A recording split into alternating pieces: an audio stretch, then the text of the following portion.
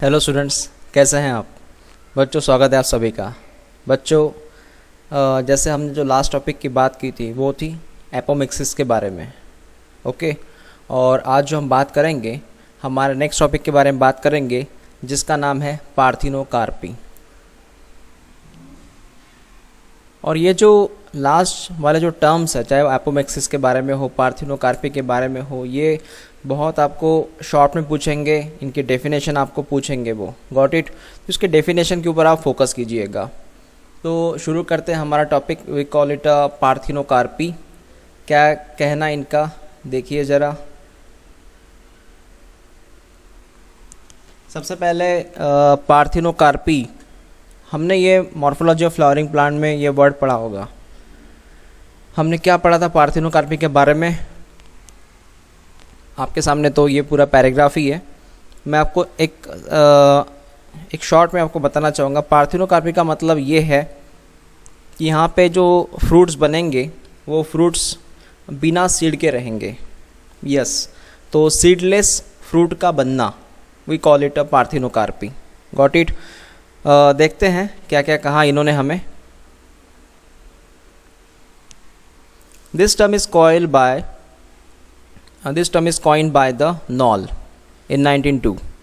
It is the condition in which the fruit is developed. क्या कहते हैं, देखिए, ये एक ऐसी कंडीशन है जिसमें फ्रूट डेवलप होते हैं लेकिन विदाउट फर्टिलाइजेशन डेवलप होते हैं। मतलब बिना फर्टिलाइजेशन के फूड डेवलप होगा, फ्रूट्स। Got it. जैसे एग्जांपल है ग्रेप्स, तो बिना फर्टिलाइजेशन के अगर वो प्रोड्यूस होते हैं तो वो पार्थिनोकार्पिक फ्रूट्स है। It occur naturally in some variety of pineapple. Pineapple में हमें सीड नहीं मिलते या फर्टिलाइजेशन वहाँ पे नहीं होता। Banana, papaya etcetera. पपाया में no fertilization, so without fertilization ये फ्रूट्स बनेंगे। इन दिस प्लांट, ये काफ़ी इंपॉर्टेंट सेंटेंस है। In this plant it seems that the placental tissue, कौन सा tissue? Placental tissue in unfertilized ovary.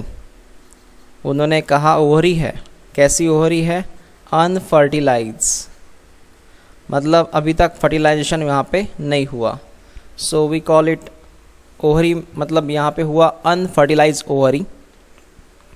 What the unfertilized ovary produce? Unfertilized ovary produces auxin. बच्चों, auxin पता है आपको? ऑक्सिन हॉर्मोन्स है ना। स्पेशली हम एग्जाम्पल लिखते हैं IAA, इंडोल एसिटिक एसिड। पता है आपको हार्मोन्स का नाम? ऑक्सिन का हार्मोन, ऑक्सिन हार्मोन है, उसका एग्जाम्पल है IAA। और ये IAA किसने बनाया है? ये सर अनफर्टिलाइज ओवरी ने बनाया है, अनफर्टिलाइज ओवरी ने। Got it. यस। और ये जो हार्मोन्स है IAA, it is responsible for enlargement of ovary. Enlargement, यही रिस्पॉन्सिबल है एनलार्जमेंट ऑफ ओवरी। और उसी एनलार्जमेंट ऑफ ओवरी से बाद में कन्वर्ट होता है फ्रूट। Got it. इस सेंटेंस को अच्छे से याद रखिएगा। सबसे पहले ओवरी है, अनफर्टिलाइज है, जिसने ऑक्सिन हार्मोन बनाया, उसमें ऑक्सिन का एग्जाम्पल है IAA, जिसकी वजह से एनलार्जमेंट ऑफ ओवरी हुआ, उसी की वजह से फ्रूट बना। Got it. ये सेंटेंस काफ़ी इंपॉर्टेंट है। चलो, आपको बात समझ में आई। The fruit resemblance normally produce fruit but it is seedless. इनका ये कहना है, ये जो पार्थिनोकार्पिक फ्रूट है, ये जो पार्थिनोकार्पिक फ्रूट है, ये हमारे नॉर्मल फ्रूट के सरीके रहते हैं, नॉर्मल फ्रूट के समान होते हैं। बट फ़र्क वहाँ पे है कि पार्थिनोकार्पिक फ्रूट जो है ये सीडलेस है और नॉर्मल फ्रूट्स कैसे रहते हैं? विथ सीड रहते हैं। तो बच्चों, जो पार्थिनोकार्पिक फ्रूट है वो आपको सीडलेस मिलेंगे और नॉर्मल फ्रूट जो है वो आपको विथ सीड मिलेंगे। क्लियर हुआ? समझ में आया आपको? ओके। यहाँ पे आपका जो पहला कंसेप्ट है अबाउट पार्थिनोकार्पी वो फिनिश हो चुका है। तो पूरे फॉर्मेट से क्या बात पता चली कि पार्थिनोकार्पी एक ऐसा कंसेप्ट है जिसमें फ्रूट्स बनते हैं एंड विदाउट फर्टिलाइजेशन बनते हैं, विदाउट फर्टिलाइजेशन। समझ में आया आपको क्या कहा मैंने? तो ओके बच्चों, ठीक है, चलो ये बात हमारी क्लियर हो चुकी है। नेक्स्ट बात करते हैं अभी। नेक्स्ट है पॉली एम्ब्रियोनी। पॉली एम्ब्रियोनी ये भी एक सिंपल कंसेप्ट है। मैंने जैसे आपको कहा था कि पार्थिनोकार्पी, इसका डेफिनेशन आपको पूछेंगे, पॉली एम्ब्रियोनी इसका भी डेफिनेशन आपसे पूछेंगे। तो पॉली एम्ब्रियोनी एक्चुअल में है क्या वो हम जानते हैं, ओके, मतलब हम अभी पढ़ेंगे उसके बारे में। तो यहाँ पे एक सीधी सी बात है, पॉली का मतलब होता है मल्टीपल और एम्ब्रियोनी का मतलब होता है एम्ब्रियो, मतलब ढेर सारे एम्ब्रियो, बहुत सारे एम्ब्रियोज, ओके।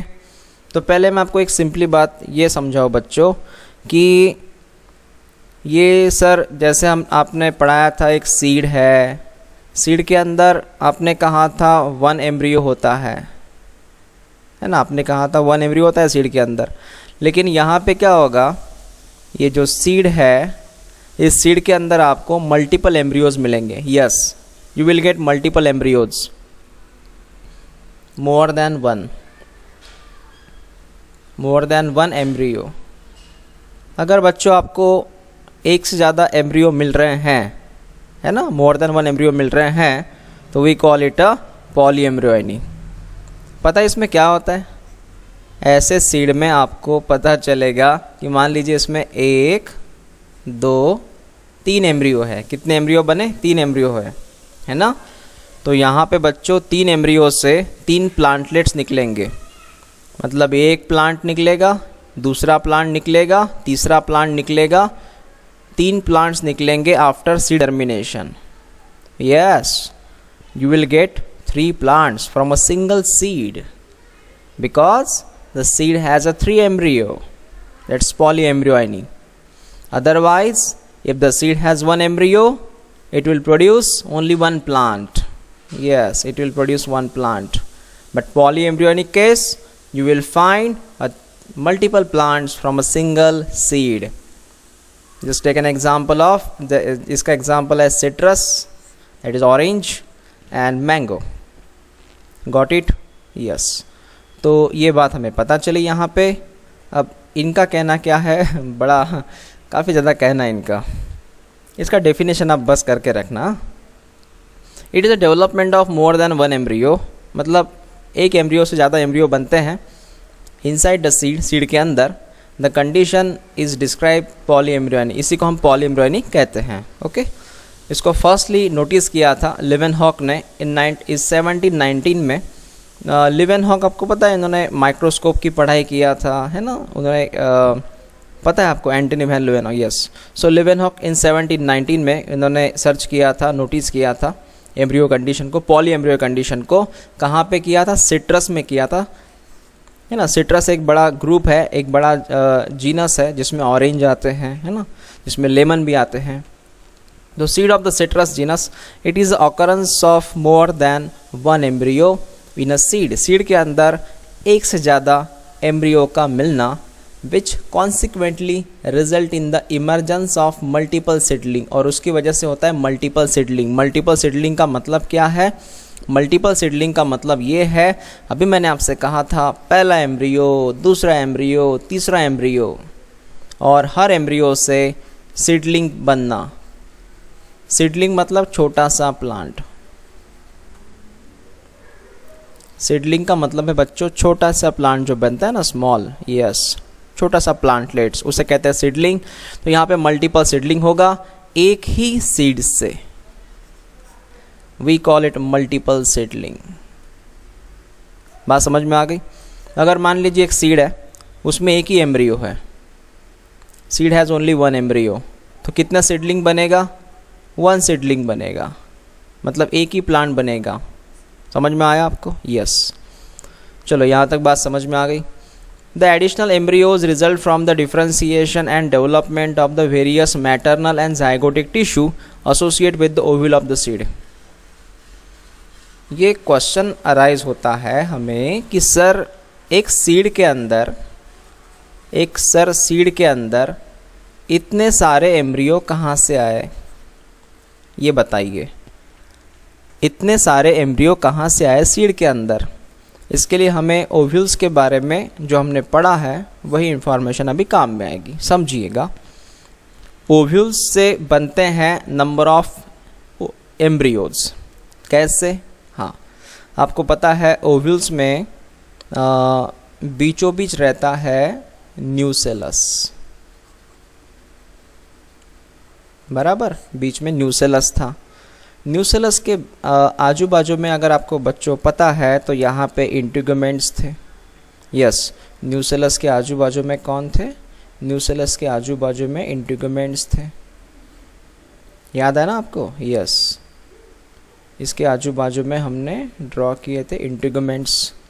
सो रेड कलर में कौन है? इंटीगुमेंट्स। और न्यूसेलस के अंदर एम्ब्रियो सैक था और उसी की वजह से अंदर बना है एम्ब्रियो, ई फॉर एम्ब्रियो, जो अंदर बन गया। ठीक है, एम्ब्रियो सैक के अंदर एम्ब्रियो बन गया। अब होता क्या है, आप इस बात को समझिएगा। आपको बच्चों पता है कि न्यूसेलस के अंदर यहाँ पे कुछ सेल्स थे। ये सेल है जो न्यूसेलस के अंदर है ना? यस। और ये जो सफ़ेद में आपको सफ़ेद कलर में सेल दिख रहे हैं, ये एक्चुअली न्यूसेलस के सेल्स है। तो होता है, पता है क्या है, ये जो न्यूसेलस के सेल हैं ये डिवाइड होना शुरू हो जाते हैं और ये भी खुद से एम्ब्रियो बनाते हैं। यस, ये जो न्यूसेलस वाले सेल है, ये भी सेल क्या करते हैं, ये भी सेल इस एम्ब्रियो के अंदर एंट्री कर लेते हैं। याद रखिएगा, न्यूसेलस के जो सेल है ये एम्ब्रियो के अंदर एंट्री करते हैं और वहाँ पे खुद का एम्ब्रियो बनाना शुरू कर देते हैं। तो न्यूसेलस के बाकी सेल से डिवाइड होके एम्ब्रियो बनेगा, ये भी आपको याद रखना पड़ेगा। मतलब पहले वहाँ से एम्ब्रियो है ही, उसके अलावा भी न्यूसेलस जो है उससे भी एम्ब्रियो बनेगा, है ना? और नेक्स्ट जो एम्ब्रियो बनेगा, तीसरा ऑप्शन, वो है इंटीगुमेंट्स। इंटीगुमेंट्स से भी एम्ब्रियो बनेगा। मतलब इंटीगुमेंट जो है, यहाँ पर भी आपको पता है इंटीगुमेंट्स के भी खुद के सेल है, इंटीगुमेंट्स के भी खुद के सेल है, तो ये भी डिवाइड होंगे और वो भी एम्ब्रियो में कन्वर्ट होंगे। मतलब एम्ब्रियो कौन कौन चीज़ों से बन सकता है? एक जो ओरिजिनल एम्ब्रियो होता है, जो ओरिजिनल एम्ब्रियो बना था एक्चुअली जायगोट से बना ओरिजिनल एम्ब्रियो। एक बनता है न्यूसेलस से, न्यूसेलस वाले सेल से बनता है एम्ब्रियो, एक्स्ट्रा में आता है एम्ब्रियो। एक इंटीगुमेंट से भी एम्ब्रियो बन सकता है ना? ये भी एक्स्ट्रा में आता है, तो ये एक्स्ट्रा में है। ओरिजिनल तो यहाँ पे है जो एक्चुअली जायगोट से बनता है। और कभी कभी ऐसा रहता है कि देखिए मैं यहाँ पे क्या लिख रहा हूँ, ओव्यूल्स है, ओव्यूल्स के अंदर कभी कभी मोर देन 1 एग्स होता है। कितने एग्स? More than 1 eggs. अगर मान लीजिए बच्चों वहाँ पे अगर 4 एग्स है, हाउ मेनी एग्स? 4 एग्स है ना? हमने एक्चुअली इसके पहले कहा था कि एक ओव्यूल के अंदर एक ही एग्स था, सिंगल एग्स था। यहाँ पे मान लीजिए 4 एग्स है, 4 एग्स के हिसाब से यहाँ पे बनेंगे 4 जायगोट। बात समझ में आ गई? क्लियर हुआ? ओके। अगर 4 एग्स है तो 4 जायगोट बनेंगे, तो हुआ पॉली एम्ब्रियो यानी मल्टीपल एम्ब्रियोज। तो ऐसे अलग अलग केस में अलग अलग एम्ब्रियोज बन जाते हैं, है ना? तो ओव्यूल ऑफ द सीड्स, इसके अंदर जो भी मटेरियल है, इंटीगुमेंट्स है और न्यूसेलस है या मल्टीपल एग्स है, उसकी वजह से होता है polyembryony. Polyembryony may be true और फॉल्स। पॉलीएम्ब्रियोनी ट्रू भी हो सकता है, फॉल्स भी हो सकता है, depending upon whether many embryos arise in the same embryo sac और in different embryo sac in the same ovules. इसका मीनिंग क्या है वो जानिए अभी। पॉलीएम्ब्रियोनी गलत भी हो सकता है, सही भी हो सकता है, डिपेंड करता है वो कहाँ बना है। कहाँ बना है मतलब देखिए, अगर ये एम्ब्रियो सैक है, एम्ब्रियो सैक है, अगर एक ही एम्ब्रियो सैक के अंदर, सिंगल एम्ब्रियो सैक के अंदर अगर मल्टीपल एम्ब्रियोज हैं, तो ये है मल्टीपल एम्ब्रियोज।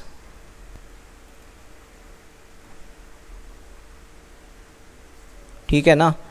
देखिए, you can see here the many embryos in the same embryo sac, we call it a true polyembryony, got it। लेकिन अगर ऐसे केस में अगर हम दूसरी बात करें, गलत के बारे में, फॉल्स के बारे में बात करें, तो यहाँ पे आप देख सकते हैं मल्टीपल एम्ब्रियो सैक, ये है embryo sac, and you can find here multiple embryo sac. और ये जो मल्टीपल एम्ब्रियो सैक है, इसमें यहाँ पे एक है, यहाँ पे एक है, यहाँ पे एक है, मतलब हर एम्ब्रियो सैक में एक एक सिंगल एग्स है। तो ऐसी भी कंडीशन है, ये फॉल्स है। फ़र्क समझ रहे हैं आप? इसमें multiple embryo in a single embryo sac, here the multiple embryo in different embryo sac, got it. ये बात समझ में आ गई। और इनका ओव्यूल एक ही है, इनका ओव्यूल्स एक ही रहता है, तो इस बात को आप अच्छे से जानिएगा। नेक्स्ट पैराग्राफ है, इसको भी आप समझिए। In adventitive polyembryony, embryo develop directly from diploid cell of nucellus. अगर न्यूसेलस से डायरेक्टली एम्ब्रियो बनता है, क्या कहा मैंने? न्यूसेलस से डायरेक्टली अगर एम्ब्रियो बनता है तो उसे हम कहते हैं एडवेंटेटिव पॉलीएम्ब्रियोनी। बड़ा सिंपल है, अगर न्यूसेलस के सेल से अगर डायरेक्ट एम्ब्रियो बनता है, इट्स एडवेंटेटिव पॉलीएम्ब्रियोनी, गॉट इट। और दूसरा है इंटीगुमेंट्स, एज इन सिट्रस, या इंटीगुमेंट से बनता है तो भी हम उसे कहेंगे। समझ में आया? ओके। तो क्या कहा मैंने? What is adventitive polyembryony? ये पूरा सेंटेंस एक ही है बच्चों, यहाँ से लेके यहाँ तक ये पूरा एक है। अगर diploid cell of the nucellus से बनता है एम्ब्रियो, इंटीगुमेंट से बनता है एम्ब्रियो, सिट्रस वाले केस में, सिट्रस मतलब पता है ना, ऑरेंज है, लेमन है, तो वहाँ हम कहते हैं इसको एडवेंटेटिव पॉलीएम्ब्रियोनी। क्लियर? ओके। अब हम दूसरे एम्ब्रियो के बारे में बात करते हैं। दूसरा है क्लीवेज पॉलीएम्ब्रियोनी, ये दूसरा है क्लीवेज पॉलीएम्ब्रियोनी। इसमें थोड़ी अलग केस होती है। इसमें होता क्या है समझिए, इसमें एक जायगोट है, मैं क्लीवेज पॉलीएम्ब्रियोनी के बारे में बात कर रहा हूँ। एक जायगोट है जो पहले कन्वर्ट हो चुका है प्रो एम्ब्रियो में, वो कन्वर्ट हो गया प्रो एम्ब्रियो में। प्रो एम्ब्रियो के मान लीजिए 4 टुकड़े हो गए, 1 2 3 4। प्रो एम्ब्रियो के 4 टुकड़े हो गए, 4 फ्रैगमेंट्स हो गए। ओके, इसे कहते हैं unit. So pro embryo divide into 4 units, got it. तो हर यूनिट से, each unit develop into embryo, unit जो है वो कन्वर्ट होगा एम्ब्रियो में। How many unit is here? 4। So you will get the 4 embryo, you will get the how many embryo? 4 embryo. समझ में आपको? 4 एम्ब्रियो बनेंगे यहाँ पे, क्योंकि पहले जायगोट था, उससे प्रो एम्ब्रियो बना, प्रो एम्ब्रियो के हो गए 4 यूनिट्स, उससे अलग अलग एम्ब्रियोज बना, तो उससे नया प्लांट बनेगा। ऑब्वियसली अगर ये एम्ब्रियो बना, इनसे embryo will convert into plants. Clear हुआ? ओके।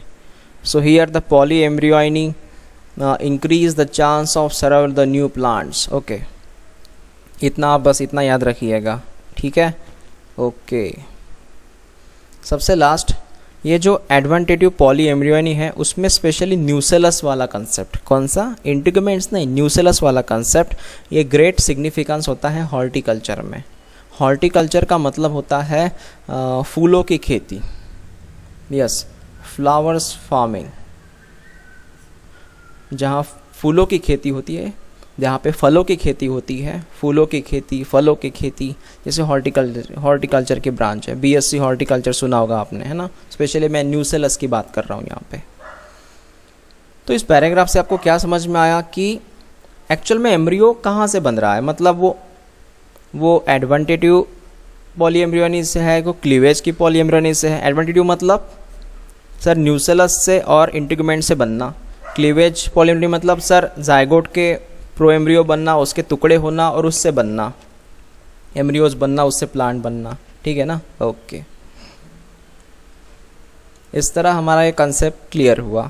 तो पॉलीएम्ब्रियोनी हो या फिर ये हमारा पार्थिनोकार्पी हो, दोनों की डेफिनेशन अच्छे से करके रखिएगा, काफ़ी इम्पॉर्टेंट है। एग्ज़ाम में डेफिनेशन मैक्सिमम पूछी जाती है। समझ में आया बच्चों आपको? ओके। इस प्रकार हमारा आज का जो कंसेप्ट वो क्लियर हो चुका है, और इसमें अगर कोई चीज़ बचती है तो हम वो नेक्स्ट वीडियो में उसकी बात करेंगे। ठीक है बच्चों? ओके।